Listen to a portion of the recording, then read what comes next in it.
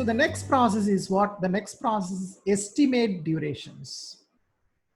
So what are we doing here? We are trying to find out how long each activity will take, or in fact, how many days each activity will take, not how long. Okay, how long is normally the calendar. We are not talking about the calendar. We are just talking about absolute numbers. Right? For example, we want to know how many days an activity takes. For example, I might say that, say digging a pit for the foundation. Maybe I might say that it takes, say 10 days. The foundation digging might take 10 days. But actually, if you put it in the calendar, let's say you are not working on, say, Saturday and Sunday. Let's take, for example. Then what happens if you start on a Monday to Friday, 5 days, Saturday, Sunday holiday, then again from Monday to Friday, 5 days. So totally, if you see the total calendar, it is about 12 days. But what is the duration of the activity is only 10 days. Okay. So the calendar time is different from duration. Duration is actual time, considering that there is no break. If you start now without any break, how many days it will take?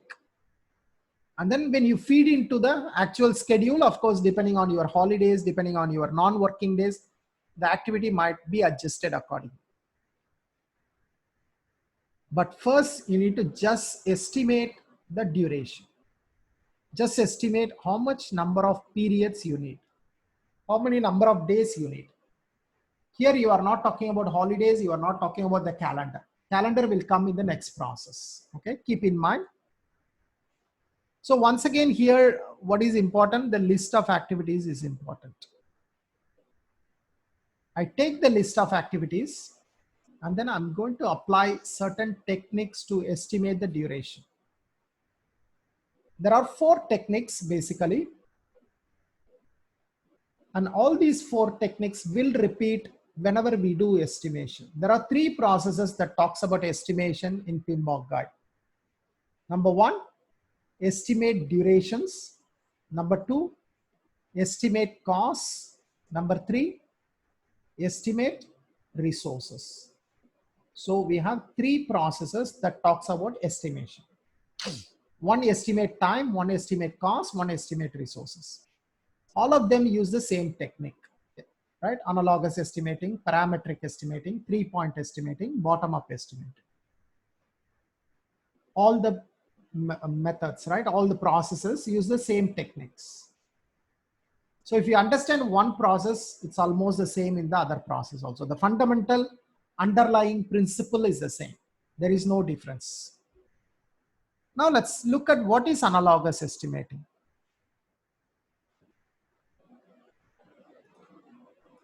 So analogous estimating, or it is also known as top-down estimating. So in this, what I'm doing is, I'm not spending a lot of time on coming out with an estimate. Normally, this technique is used in the early stages of the project. Okay. In the early stages of the project, I apply this technique where I don't have much information about the project. I may have little information about the project, but sometimes maybe some people asking for the estimate. Or maybe you as a project manager, you want to quickly understand how long is the project is going to take. You want to have a feel of the project.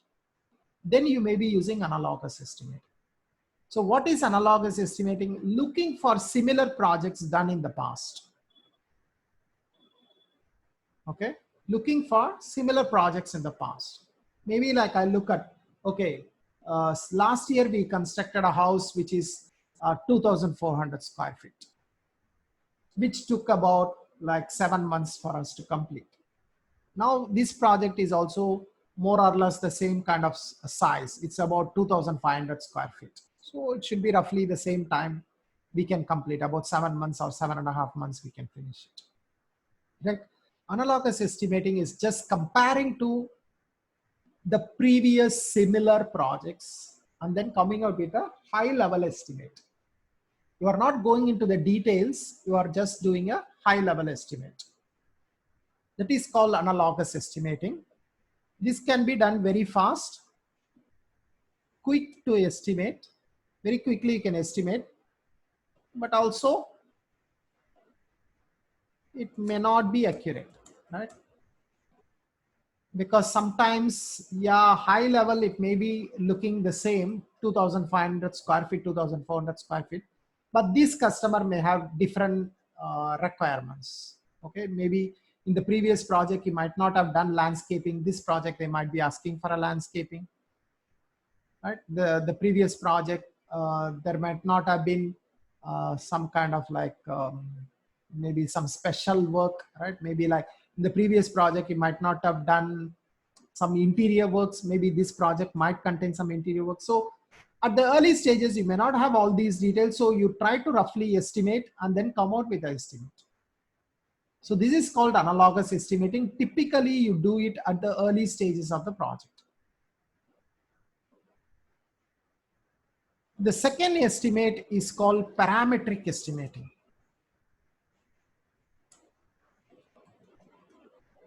So parametric estimating typically uses some formula, right? Normally in our projects, after we become experienced, after our organization has a lot of data, sometimes we come out with standard formula to calculate some durations. So let's take, for example, let's say I want to construct a tunnel from point A to point B. From this point to this point, I want to construct a tunnel. Okay, let's say this is my project. I need to construct a tunnel.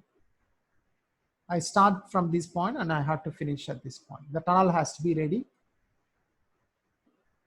Now, typically, if you know, most of the organizations, when they are doing this kind of projects, they collect data and keep the data. One of the most popular data normally tunneling companies keep is called tunneling rate. Right? Depending on the kind of ground conditions you are encountering, they might have different tunneling rate. They will have all these data. Okay, in case if I am tunneling through sandy soil, then how much time it takes. If I go through clay, how many days it, I mean, what is the tunneling rate? If I go through rocky condition, what is the tunneling rate? Or if I'm using mixed conditions, right? There is some rock, there is some sand, or there is some rock and clay, right? What is the tunneling rate? So maybe normally the companies collect this kind of data. Now let's take, for example, if I want to estimate the duration for this tunneling, what I will do, I will look at my OPA. I will look at my library to find out, is there any formula? Oh, okay, there is a formula. And then let me find out what is the tunneling rate. So the tunneling rate, I know it varies by ground conditions. So I find out what is the ground conditions here. And then I find out that, oh, this is a rock. It's entirely a rocky condition. Let's find out what is the tunneling rate. Okay, maybe my history says that, okay, you can progress at 10 meters per day. Okay, forget about the actual value. Just for example, I'm saying it could be, let's say 10 meters per day. Now, what formula can I use? Maybe I need to estimate the duration, right? So estimated duration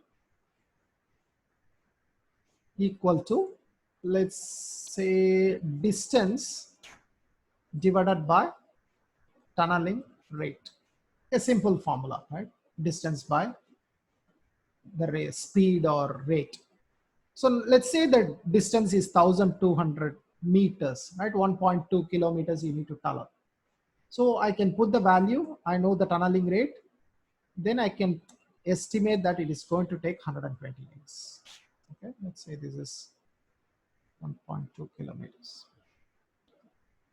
So this is called parametric estimate. So there is a formula, there is a parameter. So the parameter here is tunneling rate. The formula is distance divided by tunneling rate. Of course, you can have a complicated formula. You can do regression analysis and come out with some complicated formula, that's fine. But I'm just giving you a simple example. So parametric estimate. You can use parametric estimating in your projects. The third one is called 3-point estimating. Sometimes it becomes very difficult to estimate durations with certainty because we know the durations are always uncertain. They are not very certain, right? If I ask you, hey, how long will you take from your office to come to my office? And most of the time you say, oh, okay, roughly it will take this time. And maybe I will be there in 30 to 45 minutes. Why we are saying that range? Because we are not sure how long it will take. Once again, let's look at an example. Let's say I need to travel from my home to my office. Let's say this is my home and this is my office. If somebody asks me, Manik, how long it takes for you to travel from home to office? And I say mostly it takes about 30 minutes, man. I can reach there in 30 minutes. Then if they ask me, sure, Manik, 30 minutes you can reach? You don't face any traffic jam? Is this every day you reach 30 minutes? No. Okay, if you're talking about traffic jam, then it will be slightly higher, no? Right? If I get some traffic jam, normally it takes about 50 minutes. Worst case, it takes about 50 minutes. 50 minutes, sure, I can reach it. But if there is a traffic jam, 50 minutes. If there is no traffic jam, normal conditions, 30 minutes I can reach. Most of the days I reach in 30 minutes. Sometimes I get stuck in traffic, then 50 minutes. Have you ever reached faster, Manik? Have you reached any time faster to office earlier than 30 minutes? Oh yeah, sometimes I come to office on Sunday morning. Sometimes I leave my home at 7 o'clock, 8 o'clock. I can drive faster, no problem. There is no traffic. There is no queue in the toll gate, right? I can come very fast. So normally, like if I travel on Sundays or some holidays, normally it takes only 20 minutes, right? Now you can see a single activity. There are different kind of estimates depending on the scenario. So what are the scenarios we are talking about? The best case scenario, the worst case scenario. And then normally what happens? So you could have this kind of estimates also. In a real life, this is how it happens. So this 30 minutes is actually known as most likely estimate. Okay. This 30 minutes is known as most likely estimate. This 50 minutes is known as pessimistic estimate. This 20 minutes is known as optimistic.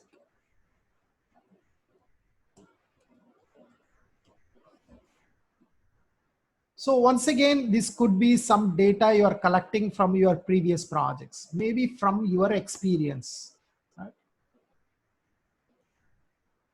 Why I say 50 minutes? From my experience. There are some days it has become 50 minutes. Some days I have reached 20 minutes. This is based on my past experience. So now how do I calculate the duration from this? Of course, in a project, you cannot have multiple duration for an activity, right? You need to have only one duration so that you can put that duration into your scheduling software. So how do you calculate the duration? You can calculate the duration using this formula. Estimated duration equal to one. The first formula is very simple. Just average it out. Optimistic plus most likely plus pessimistic divided by 3. I just take the three values, just divide by 3.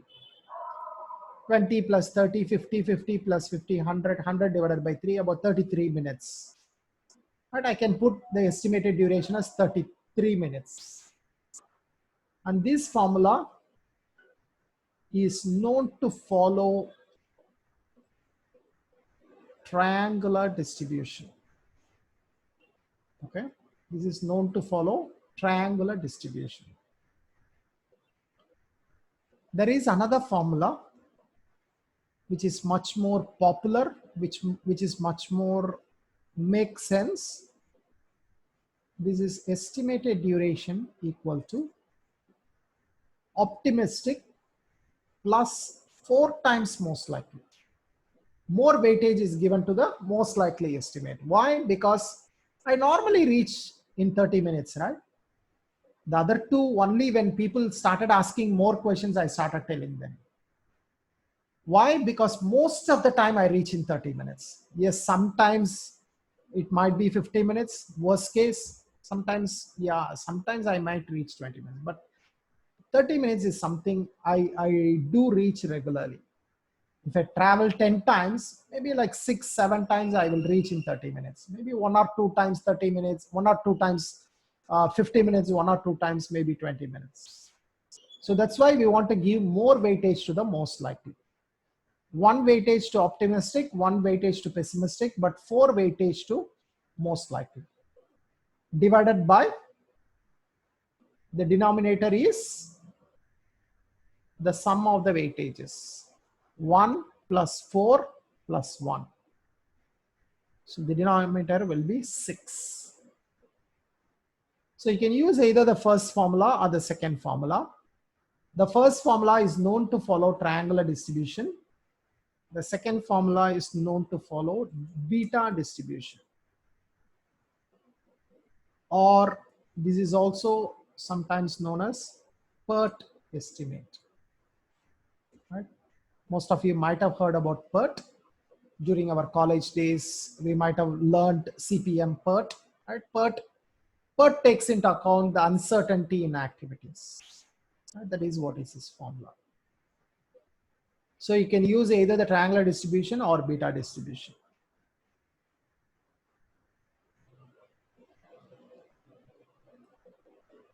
Now coming to the final technique is known as bottom-up estimating.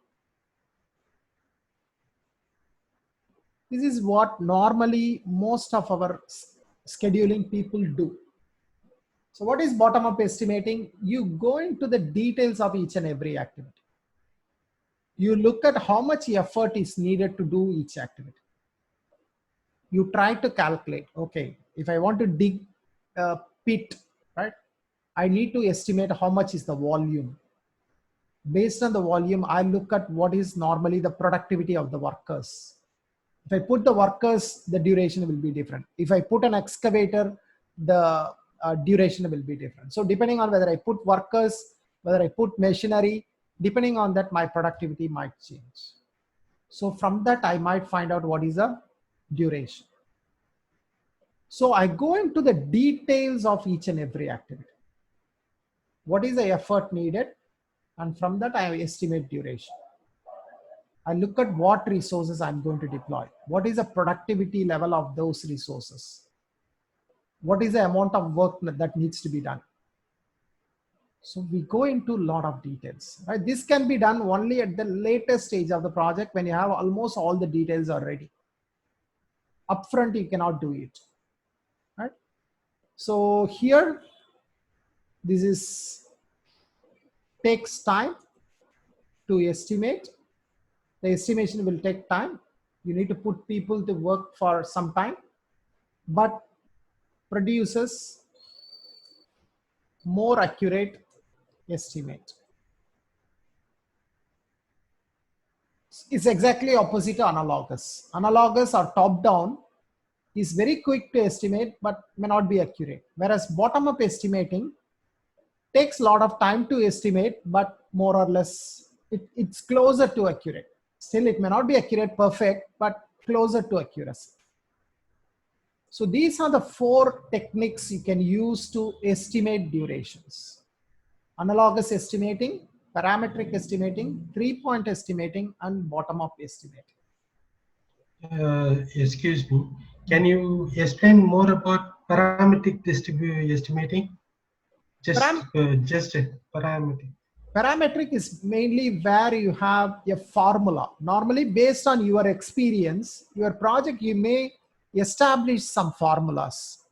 There are certain parameters you use based on which you quickly estimate the duration. For example, I gave you the example of tunneling.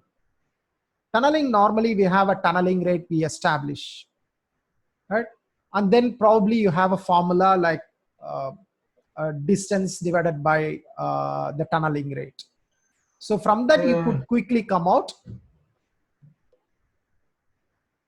Or sometimes you have a data, you have collected a lot of data, you can put into a regression analysis and then you can create a formula.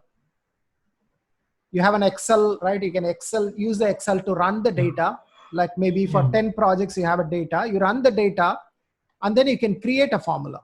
So in future projects, you no need to estimate. You just know the parameter, you just feed that parameter inside the Excel or wherever, it will give you the results. Okay, thank you. Yeah. But one doubt in 3-point estimating, sir. Two formulas you have given, estimate, triangular distribution and PERT estimate. Yeah. And two values are not an normal one, equal one. So Yes. which one we need to use, a lesser duration or which one? No. You choose which one to use. You are not going to do both. Either you are going to use the first formula or the second formula. Okay, either this or this. Ideally, people prefer the second one because this gives more weightage to the most likely. So you choose which one to use. If you want just a simple one, you can use the first one. But anyway, it's a very crude averaging. So normally people don't recommend the first formula. The second formula is a better formula. Okay. So we are not going to use both in our project. We will choose which one to use and then we will use only one. Alternatives analysis, mainly when you do scheduling, you need to look at the alternatives available, basically like senior resource, junior resource, right? Or maybe like looking at, should I deploy a machine, like should I use excavator or should I use workers to do the digging? And so those kind of alternatives you can consider and see which is better, right? Either from the duration perspective or from the cost perspective. You need to finalize which is the alternative better for your project. Reserve analysis. Reserve analysis basically is based on your risk register. Right? Risk register basically gives you the input for reserve analysis. So what is reserve? Reserve is nothing but the additional time you want to keep to take care of risks in the project. For example, in your project, you may have a risk that there could be rainfall that happens. Say, for example, you go and do a project in Mumbai. The Mumbai climate which will say that, oh, during May, June, there will be heavy rainfall. Probably you might be affected by 2 to 3 weeks of work. Now you cannot just blindly do the scheduling. You need to take care of this risk. What happens if this risk happens? What happens if it rains? Are we ready for that? Do we have some additional time for that?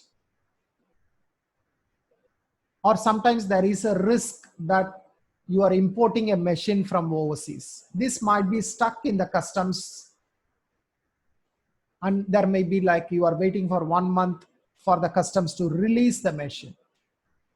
So maybe again, you need to take that risk into account and allocate additional time to take care of the risk. Blindly adding time is not acceptable, but through risk analysis, if you add time, it is acceptable. Later, when we go to risk management, we will see how to calculate the reserves. But as of now, take note that we will allocate some reserves to take care of the risks in the project, to address the risks in the project. In case the risks happen, do we have something to take care of the project? We don't want to get surprises. And the output, there are two outputs. Duration estimates, which is just telling you what is the time for each activity. And then basis of estimates, which is nothing but the supporting documentation. What is the formula you have used? What is the source of your information? Sometimes you use a productivity rate. Where did you get the productivity rate? Maybe from your previous projects or maybe from some journals you might have taken the productivity rate, right? So you could use the basis of estimates to capture all these.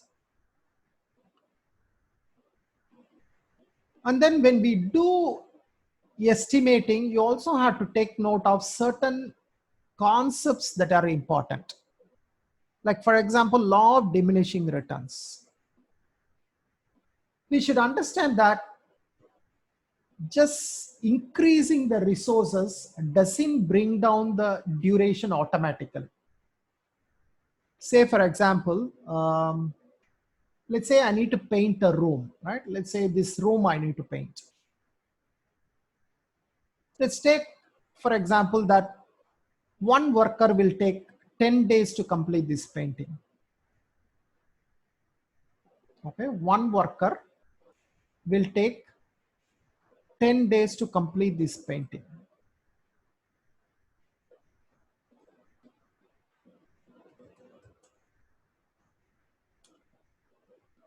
Now, let's say I want to reduce the duration. So instead of one worker, let's say I want to put two workers. So naturally, we expect the duration to come down to 5 days. And that's normally we do expect. And it might happen, right? Two workers might finish it in 5 days. Let's say I want to even reduce further. Let's say I put 5 workers.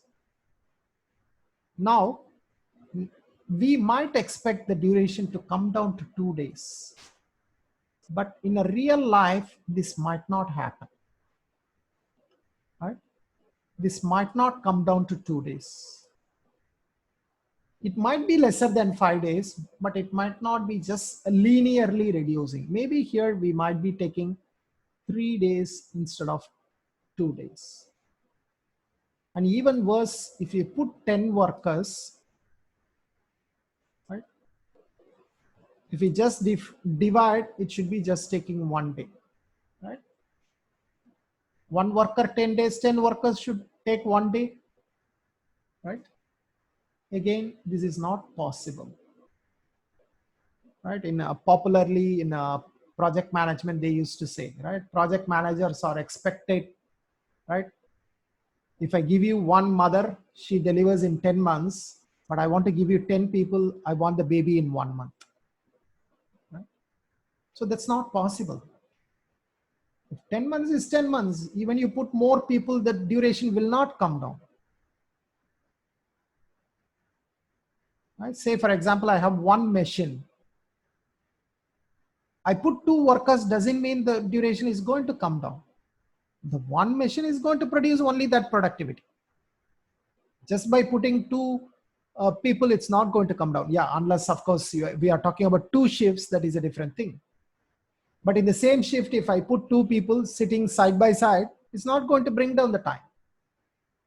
So we need to understand by just increasing the resources, it's not going to decrease the duration in the same way, right? It will decrease the duration. I'm not saying it will not, but it's not linearly reducing. Say, for example, if I draw the graph, for one worker, it may be 10 days. As it comes down, as I increase the resources, the number of days will come down, but the graph doesn't go straight. It slightly starts taking, yeah, curvature, right? And then at some stage, it might even go higher. So you can see here at this point, maybe like somewhere here, the returns are not getting better and better. It's getting worse. So probably at this point, I should stop the workers, or I should stop increasing the resources. We have faced this problem in some projects where I have worked.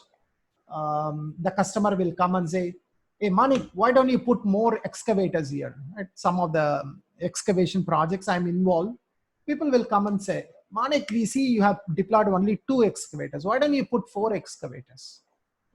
The project is behind schedule. Why don't you put 4 excavators? Okay, we push for 4 excavators.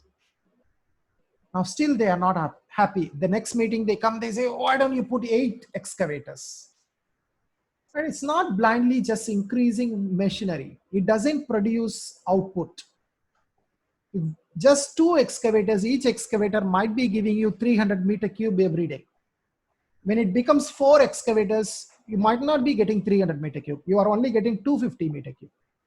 If you put 8 excavators, it's even worse. It might come down to 150 meter cube per excavator. Why? Because there are a lot of other things to support. You need cranes, you need disposal trucks, you need space for the machine to move. Sometimes when you put more machines, we have faced this problem. 2 machines are standing side by side. They cannot work freely. There is no freedom. This machine excavates, move, and then suddenly there is a machine here. It's affecting its movement, free movement. So there is something called law of diminishing returns. As you increase the resources, don't expect the returns are also going to be the same. The returns most likely will reduce. So when we think about resources, we have to be careful with law of diminishing returns. And then there is something called student syndrome, okay, or procrastination, planned procrastination. Right? I don't know how many of you agree with me. Whenever we studied in college, right, college days or school days, normally when there is an assignment given to us, right, particularly in colleges, when a professor gives us assignment, right, let's say normally I remember my college days when the professor comes and then says, today is Friday, let's say, and then he say, oh, Monday I want you all to submit the assignment. This is assignment I want you to submit on Monday. Then immediately the whole class will shout, sir, how do we submit in 2 days? It's not possible. It has a lot of work. We need to refer to book. We need to go to library. We need to do this, right? So much noise. So the professor, after so much noise, he will decide, okay, I take note, okay, I will give you 1 more week. You don't submit this Monday, submit the following Monday, right? So instead of 2 days, now he has given 9 days. Do you think everybody starts from the next day to work on this assignment? No. Very rarely, right? Out of, if you have 100 students in the class, maybe 2-3 works on the first day. 90% of the people will start only next Saturday or next Sunday. Why? Because we all know it takes only 2 days. If you really do the work, it takes only 2 days. But now we have 9 days. So we don't want to start on the first day. We start on again 7th day or 8th day. So this is called student syndrome. Start the work as late as possible. So why you should know this? Normally we have a tendency, whoever doing the scheduling have a tendency to increase the duration. If they estimate this activity will take, say, 15 days, they normally put 20 days in the schedule. It's not good actually. It's not going to help the project. Because when people know that there are more days available, they will start late. So that is called student syndrome. We will always try to start as late as possible. Even you get like getting ready for office or think about anything you do. Normally we push as late as possible. Most of us, okay, there might be exceptions. I'm not saying no, but typically most of us behave in a way where we push as late as possible. So don't add additional time. It's not a good practice.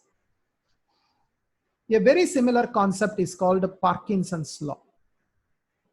So what is Parkinson's law? The Parkinson's law is also very similar, which says work expands to fill the time available. Okay, what do we mean by work expands to fill the time available? If I tell you to do the work in 2 days, you will finish it in 2 days. If I give you 5 days, you will extend the work for 5 days. If I give you 10 days, you will extend the work for 10 days. If I give you 10 days, you normally don't finish the work in the first 2 days and then come and tell me, okay, Manik, I have finished. Do you have any other work? Normally people don't do that. If you give 10 days, they will somehow extend the work for 10 days. Okay, I give you an example from my personal life, right? So when I am in school, right, school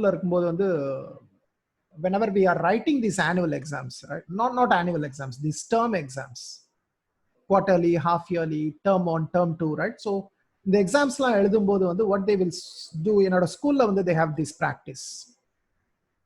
Exam முடிஞ்ச உடனே ஒரு 2 weeks holidays இருக்கும். The 2 weeks la what they will tell us, hey students, take the question papers home. இந்த question paperல என்ன questions இருக்கோ அதுக்கு answers திரும்ப நீங்க வீட்ல எழுதிட்டு வரணும். So exams we are writing, in addition the same question paper they will give us as an exercise. We have to take it home. வீட்ல உட்கார்ந்து assignment எழுதணும். அதே question paper. And the என்னைக்கு school reopen ஆகுதோ அன்னைக்கு we need to submit it. Now think of this. Exam hall normally like, okay, 5 subjects, right? Normally like my school, I used to have 5 subjects. Each subject approximately about 2.5 hours to 3 hours. Let's say 3 hours. So total or 15 hours, right? 5 into 3, 15 hours the exam hall we are spending. The same questions, 15 hours we finish it. But இதே work வீட்டுக்கு எடுத்துட்டு வந்தா it will take 15 days. And at 15 days ஒரு 2 வாரம் holiday கொடுத்தா அந்த 2 வாரம் full I will be doing the same exercise. And I will be complaining, ஐயோ என்னோட holidays full போச்சு, leave எல்லாம் போச்சு, இந்த exercise கொடுத்துட்டாங்க, போச்சு, right? I cannot use my holidays, I cannot enjoy my holidays. I need to write this assignment for 15 days. But actually you think back, you need only 15 hours. In an exam hall, when people tell you 3 hours you need to finish the question paper, you finish 3 hours. And sometimes even you score 100 marks. But the same question paper given to you to do it at home as an assignment, the 3 hours question paper takes 30 hours. Right? So this is called Parkinson's law. If people know there are more time, they will expand the work. They fill the time. Okay? So in a project, you need to be careful to avoid both student syndrome and Parkinson's law. Both are very similar concepts. Both tells you that don't try to add duration to the activity. If it needs 10 days, just give 10 days. Don't put 15 days thinking that, oh, let me add some safety. That's not safety. Actually, it's affect the project. Okay. So these are some of the things you need to keep in mind when you are doing scheduling. Okay, there is something covered in PMBOK guide called Fist of 5. This is considered as a voting technique. So if there is a meeting, if you have an idea, you want to put it through for voting. You want to find out how many people like it. Okay, how many people like it, you want to find out. Say for example, you want to decide which machinery to go for, right? There may be a couple of machineries available. Maybe you want to decide whether to go for machinery A or machinery B, which is better. Maybe sometimes you want to find out how the team feels, right? Let's say there are 10-15 people, you want to find the feedback. So you can do a voting exercise. So when you put it for voting, normally people can raise their hand to show their support. If they raise like this with all the fingers closed, it means they don't like the idea. They are against the idea. If they show all the 5 fingers, it shows that they are supporting the idea fully. They like the idea.